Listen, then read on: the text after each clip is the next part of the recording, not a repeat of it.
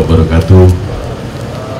Selamat pagi, salam sejahtera bagi kita semua. Yang saya hormati Gubernur Sulawesi Tengah, Bapak Dr. Andes Loki Janggola, senior saya, panutan kita semua, yang selalu senantiasa bekerja dengan memberi contoh kepada kita semua. Terima kasih atas sambutan dan arahan yang luar biasa kepada kami. Ini satu kehormatan bagi kami, Kementerian Kelautan dan Perikanan, yang setiap hadir ke Palu, Bapak selalu beserta kami.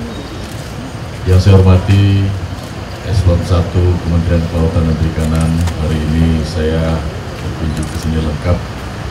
Ada Dirjen Perikanan Tangkap, Bapak Zulfikar, Dirjen Perikanan Budidaya, Bapak Dr. Slamet Subiakto,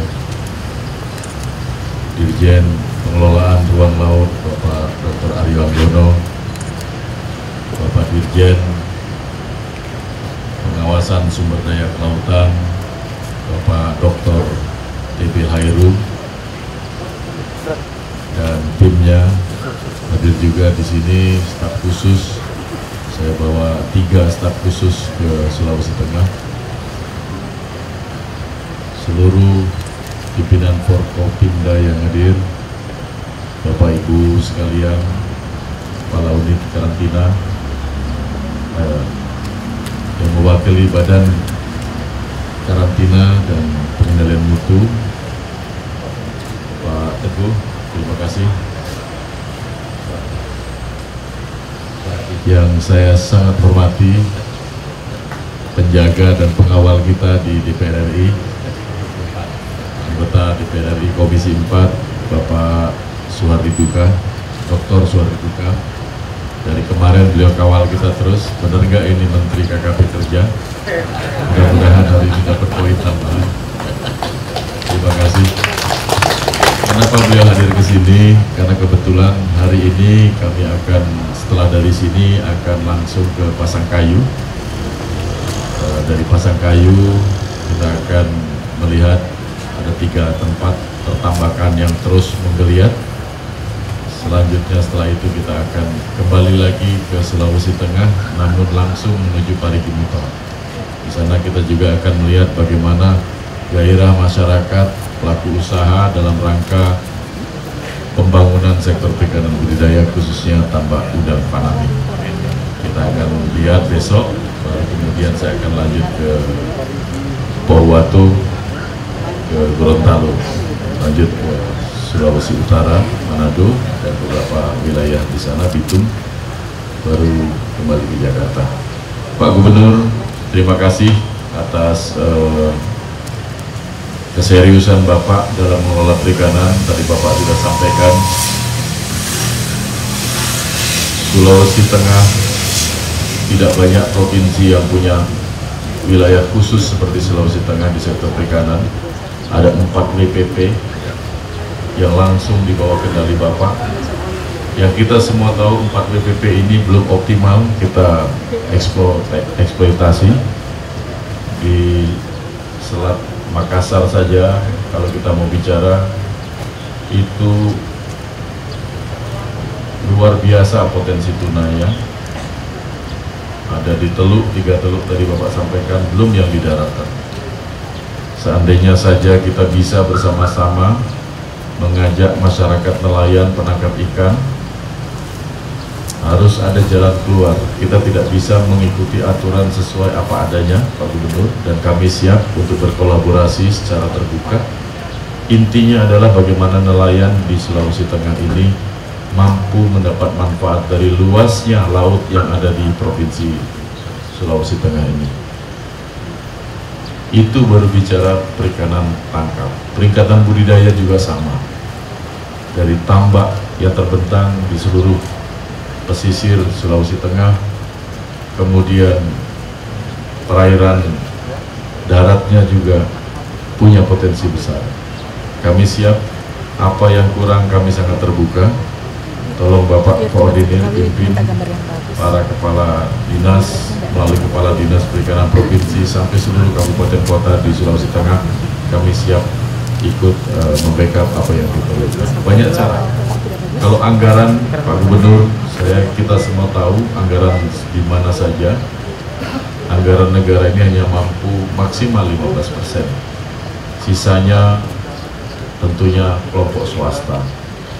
Kelompok swasta ini harus kita koordinir dengan baik supaya mereka tidak seolah-olah berjalan sendiri. Masyarakat harus dilibatkan. Sekarang ini pemerintah secara tegas tentang aturan atau regulasi yang memberatkan harus kita potong. Perizinan tentang izin perikanan tangkap yang tadinya bertele-tele, berjam-jam, bahkan berhari-hari, bahkan berbulan-bulan, cukup 1 jam saja.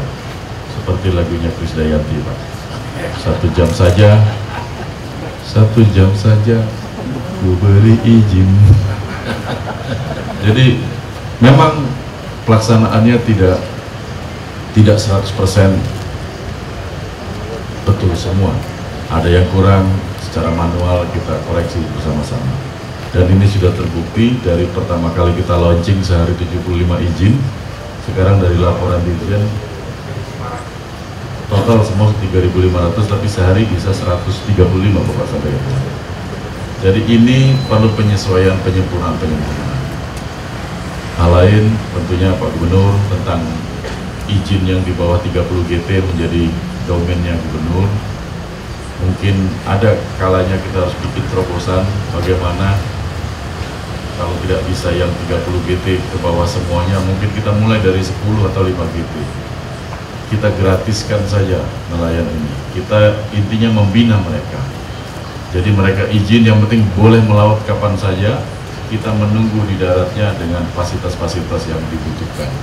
Nah, ini mungkin perlu kerjasama yang sangat terbuka antara pusat dan provinsi. Dan kami sudah mulai sejak kami dilantik jadi Menteri Pak Gubernur, karena tugas dari Pak Presiden kepada saya, Presiden Jokowi secara tegas memberitakan saya bangun komunikasi dengan nelayan.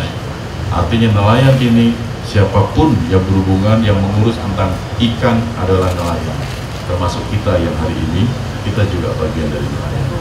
Kedua, membangun sektor perikanan budidaya.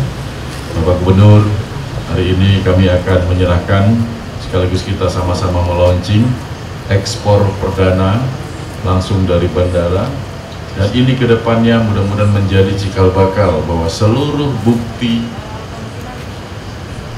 adanya kegiatan perikanan yang begitu luas ada di Sulawesi Tengah bisa kita buka langsung ekspor melalui sini. Dan ini merupakan komitmen dari pemerintah pusat, akan kita buka seluas-luasnya pintu keluar untuk ekspor. Nanti kalau pintu impor tidak usah terlalu terbuka juga tidak masalah. Kenapa? Intinya yang penting uang banyak masuk ke Indonesia. Dan kami mendukung semua kebijakan Pak Gubernur yang berhubungan dengan sektor kami.